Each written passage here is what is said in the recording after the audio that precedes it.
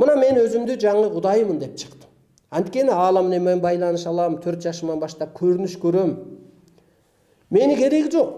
Мындай судить этип, обсуждать этип, оценивать этип, оскорблять этип мени керек эмес. Алар ким болуп эсептелет анда айткылачы? Мына кыйкырып атпайбы, мен Кудаймын деп атат, биз мындай болду. Азыр эле сөзүңүздөр бири-бирине каршы чыгып атпайбы? Эгерде булар бир динден башка динге үгүттөп атса, анан ушундайбыз деп атса, бул кандай? Бул бир чара көрүлүш керекпи? Же анда булар мыйзам бузбаса жүрө бериш керекпи?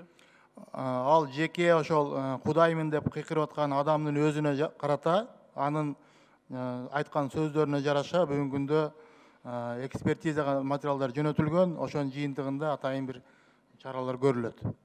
Депутаттын суроосуна жооп берген диний комиссиянын төрагасынын да жообу мени канааттандырган жок.